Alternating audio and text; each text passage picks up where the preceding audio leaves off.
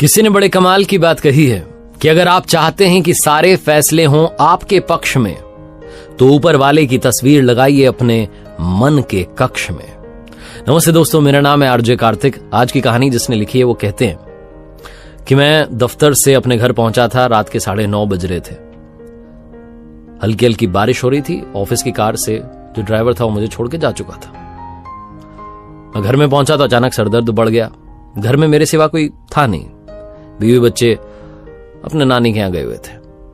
तो मैं दवाई ढूंढने लगा सरदर्द की, लेकिन मुझे मिली नहीं। मैंने सोचा पास में दुकान है, जाकर के ले आता हूं। बाहर निकला तो बारिश थोड़ी बढ़ चुकी थी। गाड़ी थी नहीं, ड्राइवर था नहीं। तो मैंने रिक्शा वाले को आवाज दी। वहीं पास में मंदिर का काम चल रहा था, उसमें वो रिक्शा वाला जो था वहीं मंदिर के ही जो प्रांगण था उसमें ही वो रहता था और सुबह शाम रिक्शा चलाता था। रिक्शा वाले भाई साहब मेरी तरफ आए। मैंने उनसे कहा कि दवाई की दुकान तक चलना है। उन्होंने कहा ठीक है। 50 रुपए मुझे बताए। हम चल दिए। लेकिन वो रिक्शे वाले को मुझे देख करके लग रहा था कि बंदा बड़ा परेशान है, उसकी हालत ठीक नहीं है। तो मैंने पूछा कि भाई साहब क्या बात हो गई। उन्होंने बताया कि 2-3 दिन से शरीर में दर्द है, हल्का हल्का बुखार है, लेकिन क्या करें, कोई सवारी नहीं मिल रही है, पैसे मिल नहीं पा रहे हैं, दवाई खरीद नहीं पा रहा हूं। भगवान से पूजा पाठ में बस कहता रहता हूं कि आप ही देखो। इसी उधेड़ बुन में हम पहुंच गए दुकान तक।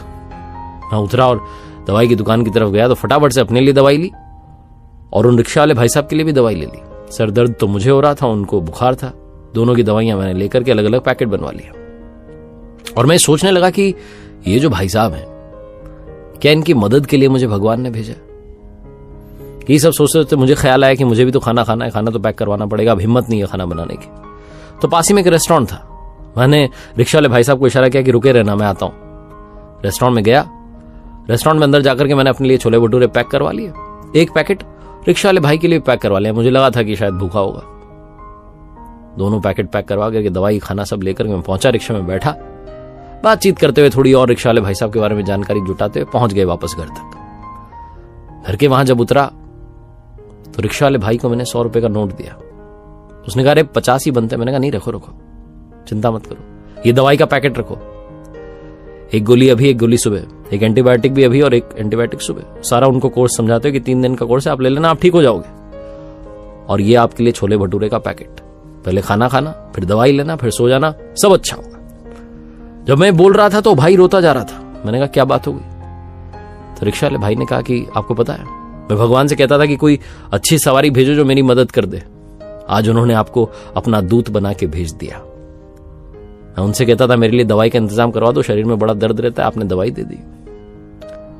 और मेरी कई दिनों से इच्छा थी, कई महीनों से, कि मुझे छोले भटूरे खाने को मिले।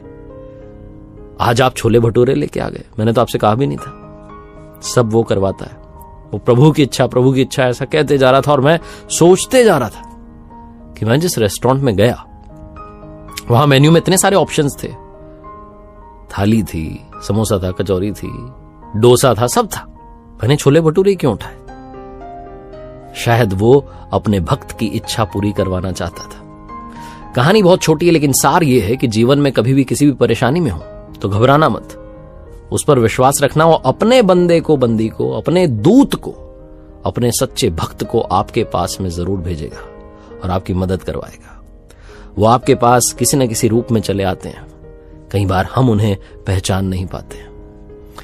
एक बार फिर से वही बात जो अक्सर आपसे कहता हूं, कर दिखाओ कुछ ऐसा कि दुनिया करना चाहे आपके जैसा।